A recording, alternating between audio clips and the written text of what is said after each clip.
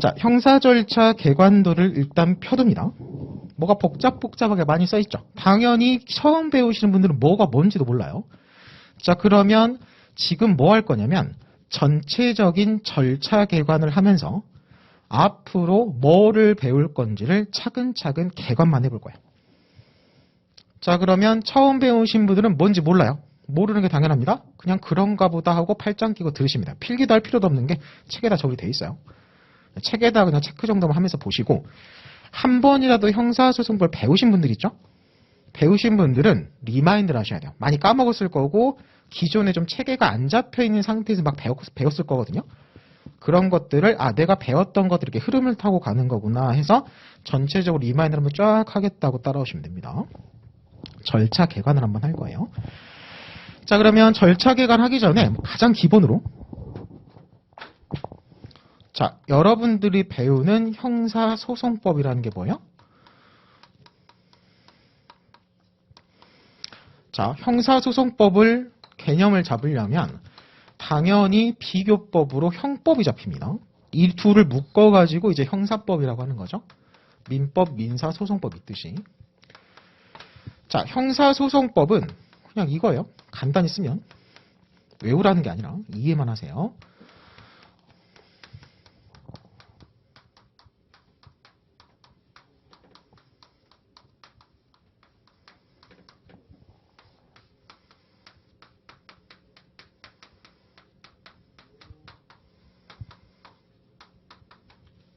형법을 실현하는 절차, 그게 형사 절차죠. 형사 절차를 실현하는 법률입니다.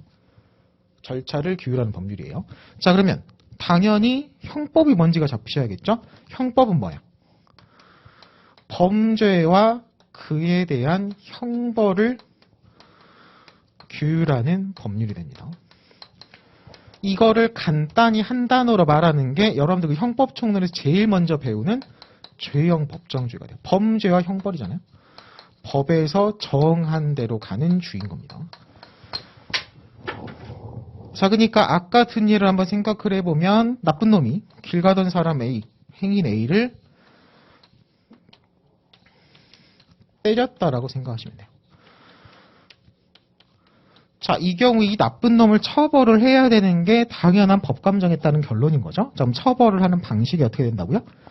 자, 일단 사람이 때릴 생각 가지고 다른 사람의 신체에 대한 유역형 행사, 폭행을 가하면 형법에서 폭행죄가 성립하고, 폭행죄가 성립하니까 몇 년 이하의 징역 또는 벌금 등에 처한다라고 써 있어요. 범죄와 형벌이 형법에 써 있습니다. 그럼 이 갑을 폭행죄로 징역 1년에 처한다라고 최종적인 유죄 판결 선고에서 교도소로 끌고 갈 수 있는 건데, 이건 이론적인 내용인 거고 실질적으로는 어떻게 해야 돼요? 때린 사람이 있으면 A가 신고를 해요. 그럼 수사기관 경찰이 출동을 해서 이 사람을 현장에서 바로 체포한 다음에 수사를 해요. 진짜 때린 게 맞고 왜 때렸는지, 정말 맞은 놈은 A인지, 다른 사람은 없는지. 자, 그런 식으로 수사하고 나서요 재판으로 보내는 거죠. 그리고 판사님 앞에서 판사님이 너는 폭행죄가 성립하는 게 맞고 너에 대해서 법에 써있는 범위 내에서 징역 1년을 선고하겠다, 유죄 판결을 선고하면 그게 확정까지 되고 이제 얘를 교도소로 끌고 가서 가둬야 되는 거죠. 그게 형의 집행이 되는 겁니다. 그럼 그런 수사하고 재판하고 최종적으로 집행까지 하는 게 형법을 실현하는 형사 절차가 되는 거고요. 그런 절차 진행을 어떻게 할 건지를 규율하는 게 형사소송법 이렇게 되는 겁니다. 그래서 이런 식으로 개념이 잡히는 거고, 이런 거 이제 당연한 거죠. 상식적으로도 이해하시는 거고. 자, 그래서 이런 식으로 형사소송법이라는 건 절차를 규율하는 거니까 형사소송법 전체 내용 곧 절차를 개관하는 게 돼요. 그래서 그 형사 절차를 지금부터 이제 개관할 겁니다.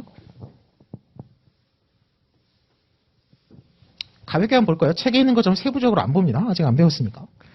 자, 형사 절차라는 건 기본적으로 세 가지 파트로 나눠요.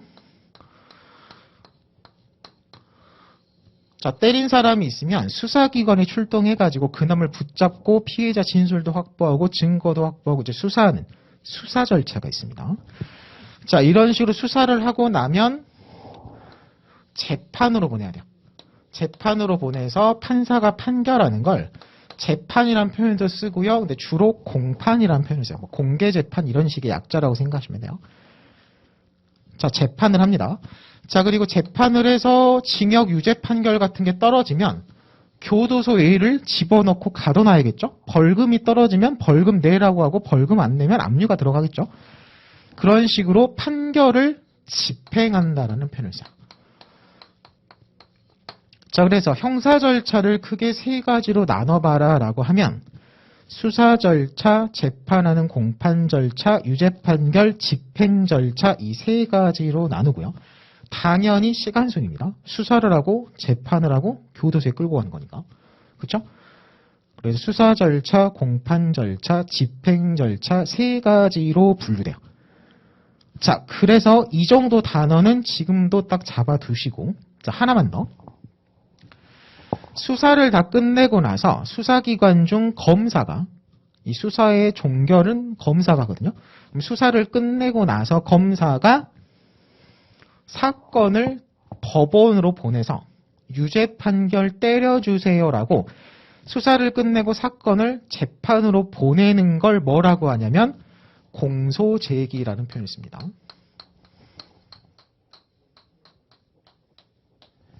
같은 말로 기소한다는 표현도 쓰고요. 형법책에서는 소추라는 표현을 많이 써요.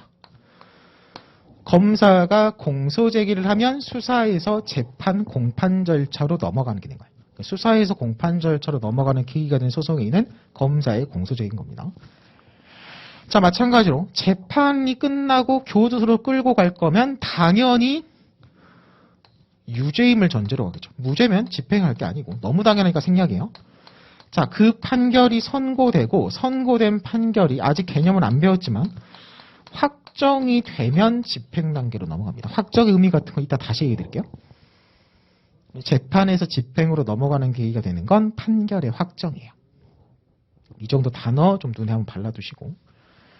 자, 그 다음에 지금 설명하는 거는 다 외우실 필요 없습니다. 제가 중간중간에 이 정도 개념은 외워두세요, 잡아주세요 그런 것만 보시면 돼요.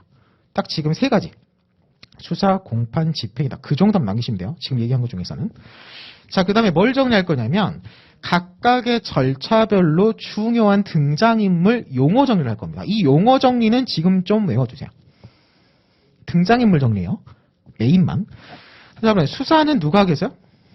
자, 수사를 하는 주체를 우리가 당연히 수사기관이다라는 표현을 써요. 자, 수사기관에는 검사가 있고요. 그 다음에 경찰이 있는데 형사소송법에서 경찰을 지칭할 땐 경찰이란 표현보다는 사법경찰이다라는 표현을 씁니다. 그리고 사법경찰관이 있고 사법경찰리가 있어요. 계급에 따라 분류해서 관위도 높은 아저씨들이에요. 관리는 중요한 게 아니라 왜 사법경찰이라는 표현을 써요? 자, 경찰학개론 같은 거 배우면 막 배우는데 우리가 경찰이라고 했을 때 뭐 경찰을 분류하는 방법이 여러 가지가 있는데 그 중에 하나가 뭐냐면 수사를 하는 경찰을 사법경찰이라는 표현을 써요. 그럼 아니 경찰이 다 수사를 하지 수사 안 하는 경찰이 있습니다. 행정경찰, 보안경찰이라는 표현을 써요. 행정경찰은 경찰 공무원이긴 하지만 수사에 관여하는 경찰이 아니에요. 그러니까 우리가 형사소송법에서 배우는 수사기관 경찰은 수사하는 사법경찰이라고 해서 아예 경찰이란 표현보다는 사법경찰, 줄여서 그냥 사경 얘기하는 게 있습니다. 이 사람들만 등장해요. 자, 어떤 예를 드시면 돼요? 경찰서 격리계장님 생각하시면 돼요. 경찰서에서 격리계장님도 경찰 공무원이긴 하지만 그분이 하는 업무 자체가 수사하는 게 아니라 경찰에서 회계 담당인 거죠. 돈 나가는 거 처리하시는 거예요. 그러니까 그분은 수사를 하는 사법경찰이 아니라 행정작용에 관여하는 행정경찰에 불과하다. 그러니까 형소법에서는 그분들을 다룰 일이 없는 겁니다. 그래서 수사기관이라고 하면 검사와 사경을 의미한다. 이렇게. 자, 그 다음에 수사의 대상입니다. 자, 얘를 이걸 계속 생각하시면 돼요. 갑이라는 나쁜 놈이 피해자 A를 때렸고요. 자, 때렸다라는 건 사실적인 표현인 거고 그에 대해서 폭행했다라는 건 그에 대한 법적 평가가 이미 들어간 개념이에요. 이런 것들을 좀 끊을 수 있는 게 좋습니다. 왜? 모든 때린 게 폭행되는 건 아니에요. 때렸다는 사실이 인정되고 추가적인 사실로 이 사람이 애시당초 죽일 생각이었으면 살인의 고의로 때리는 거 그쳤으면 살인 미수가 평가됩니다. 이런 것들이 이제 법화의 기본이 되고 형법에서 배우는 거예요. 자, 일단 이제 기본적인 폭행이라는 전제를 깔고. 자, 그러면 수사기관의 수사 대상이 되는 사람이 누구겠어요? 갑이죠, 갑. 기본적으로 나쁜 짓을 한 갑을 수사해서 재판으로 보내려고 하는 거고요. 여기서 갑을 뭐라고 한다? 피의자라고 합니다. 기본적인 등장인물 용어는 지금 정리를 해버리세요. 공부하면서 계속 처음부터 나오니까. 자, 수사 단계는 수사기관인 검사, 사경이 피의자를 상대로 수사하는 겁니다. 당연하죠. 당연한 거야. 당연한 거에서 단어만 지금 정리하는 거예요. 이 정도 단어는 지금 정리해주세요. 자, 그 다음에 여기로 옵니다. 재판이 들어가요. 자, 이제 공소 제기가 돼서 공판 절차가 시작이 되면 이 공판 절차의 주재자입니다. 자, 수사의 주재자는 검사거든요. 수사를 주재하는 사람은 검사야. 그래서 검사가 공소 제기하는 거고 사경은 검사의 보조자입니다. 이제 법이 좀 개정되긴 했는데 기본적으로 그렇게 이해해요. 자, 그 다음에 공판, 재판의 주재자는 이제 누가 되겠어요? 드디어 여기서 이제 뭐가 나요? 형사 절차에서 여기 안 등장한 사람? 법원이 등장합니다. 그리고 공판 절차에서 법원을 공소 제기를 받은 법원이라고 해서 좀 더 정확한 표현으로는 수소법원이라는 표현을 써요. 공소 제기, 공소할 때 그 소고요. 받을 숫자 할 때 숫자예요. 수소법원입니다. 공소 제기를 받은 법원이에요. 재판은 법원이 주체가 돼서 하는 겁니다. 자, 그리고 공판 절차라는 건 이 법원, 판사 앞에서 누구랑 누가 싸우는 거예요? 이게 이제 민사소송 같으면 원고, 피고, 소제기를 한 원고, 소제기를 당한 피고겠지만 형사 절차에서는 검사와 공소 제기를 하고 유죄를 주장하는 검사와 공소 제기를 당해서 나는 유죄 아닌데요라고 변론 주장하는 피고인이에요. 공판 절차는 수소 법원, 검사, 피고인이 메인 등장인물이 됩니다. 자, 그러니까 갑이라는 똑같은 사람이 수사 절차에서는 피의자란 이름을 갖지만 공판 절차에서는 피고의란 지위를 갖는 거예요. 법적인 지위 용어가 달라지는 거죠. 자, 그리고 단어 하나만 더 정리하면 여기서 검사, 피고인 둘을 지칭할 때 공판 절차에 당사자다라는 표현을 써요. 당사자라고 했을 땐 검사, 피고인을 말합니다. 자, 그럼 검사에 대한 타방 당사자가 누구겠어? 공판 절차에서 피고인이 되는 거고 피고인에 대한 상대방 당사자 역시 검사가 되는 거죠. 딱 그렇게 용어 정리를 하시면 돼요. 말을 단어가 어느 정도 정리가 돼 있어야 설명을 할 때 이거를 바로바로 이제 어려운 내용으로 집중할 수 있지. 단어에서 탁탁 걸려버리면 정작 집중할 때 집중 못합니다. 자, 그 다음에 집행 파트는 여러분들 시험에서 안 중요해요. 시험에 안 나옵니다. 집행은 안 배우고 넘어갈 거예요. 책에 있긴 하지만. 자, 그래도 기본적인 단어 정리만. 자, 이렇게 재판을 한 결과 이 피고인한테 유죄 판결, 징역이 선고돼서 확정이 됐으면 끌려가요. 교도소에 갇히는 거죠. 그럼 집행의 주체는 검사입니다. 보통 일반 사람들은 법원이 판결 때리니까 법원이 집행한다고 오해하시는데 여러분 이제 배운 사람이니까 배운 사람들은 배운 대로 가는 거예요. 검사가 집행의 주체가 돼요. 그러니까 교도소 관리는 검사가 합니다. 검찰 쪽에서. 자, 그 다음에 또 갑이죠. 교도소에 갇혀서 형을 받는 사람이라 그래서 수형자다라는 표현을 써요. 갑이 집행 단계에서는 수형자가 되는 겁니다. 단어를 좀 말을 정확히 쓰세요. 신문기사 같은 데 혼용해서 막 쓰는데 수용자는 절차가 달라요. 수용자는 보통 미결 수용자라고 해서요. 판결이 확정되기 전 공판 절차 같은 데서 구속 중인 상태, 구속 피고인, 구속 중인 상태에서 재판받는 피고인을 미결 수용자라는 표현을 써요. 박근혜 대통령이 지금 미결 상태 2심에서 재판받고 있죠. 구속 중인 상태에서. 그래서 박근혜 대통령 수용자지 수형자가 아닌 겁니다. 이런 단어 같은 경우도 특히 검찰 실무 쪽에서 이거는 좀 주로 다루거든요. 이런 게 있구나 한번 들어주세요. 그래도.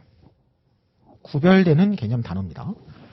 자, 이 정도로 등장인물 정리를 해두고요. 제가 왜 이것부터 설명을 하냐면 자, 똑같은 사람이 형사 절차에선 피의자고 공판 절차에선 피고인이잖아요.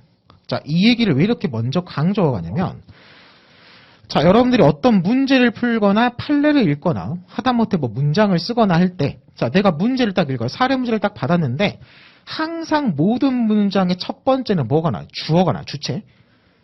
자, 내가 사례 문제를 읽었어요. 사례 문제를 딱 받았어요. 시험 시간이 10분밖에 안 남았어요. 설문 3을 딱 폈어요. 그제서야 문제 3을 딱 폈습니다. 그랬더니 문제 첫머리에 피의자 누구누구누구가 아니면 피고인 누구누구에 대해서 이렇게 딱 시작을 할 거예요.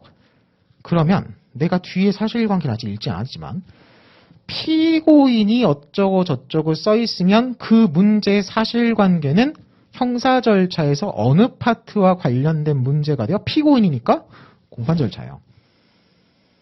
피의자에 대해서 수사기관이 어쩌고 저쩌고 나오면 피의자니까 이거 수사 절차 문제네 라고 예상, 예측, 잠정적인 결론이 가능합니다. 이런 건 용어를 쓸 때 약속이기 때문에 섞어 쓰지 않아요. 그럼 여러분들이 당연히 답안을 쓸 때는 마찬가지예요.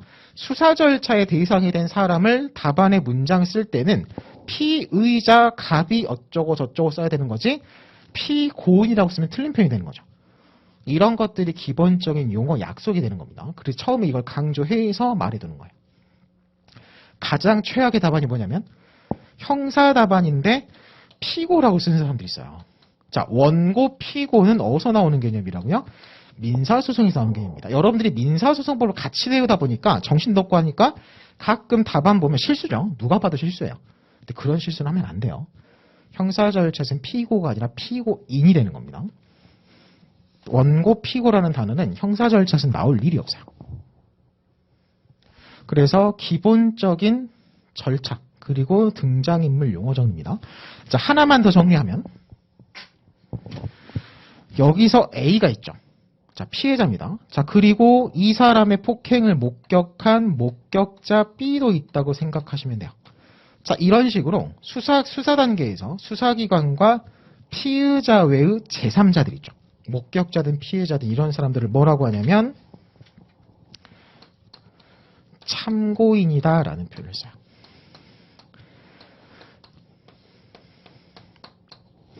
피해자가 될 수도 있고 목격자가 될 수도 있는 겁니다. 수사 절차에서 피의자 외의 제3자는 참고인이다라는 표현을 써요. 자, 그 다음에 공판 절차에서 이런 제3자는 누가 되는 거예요? 뭐가 되는 거다? 공판 절차에서 피고인 외의 제3자가 뭔가 법적으로 판사의 판단의 근거가 되는 유효한 진술을 할 수 있는 건 증인신문 절차밖에 없어요. 그러니까 이 A, B는 공판 절차에서는 증인이 되는 겁니다. 뭐 여기까지는 몰라도 돼요. 그냥 한번 들어두는 겁니다. 그리고 집행 절차에서는 A, B가 등장할 일이 없죠. 뭐 면회는 갈 수 있을지언정. 자, 그래서 등장인물 기본적인 용어 정리, 참고인까지는 좀 해주세요. 수사 절차 제3자 참고인이라고 하는 겁니다. 자, 그 다음에 이제 뭘 할 거냐면 기본적인 등장인물 정리했으니까 세부적인 절차 개관으로 들어갈 거예요. 그래서 수사 절차는 어떤 식으로 구성이 되고 공판 절차는 어떤 식으로 구성이 되고 집행은 버리고 여기 추가되는 절차들이 좀 있고요. 수사 절차 앞에도 좀 몇 개 얘기할 개념이 있긴 합니다. 그래서 앞으로 전체를 이런 순서대로 배운 거예요. 절차 순서대로 교재가 편제되어 있고 순서대로 공부를 합니다.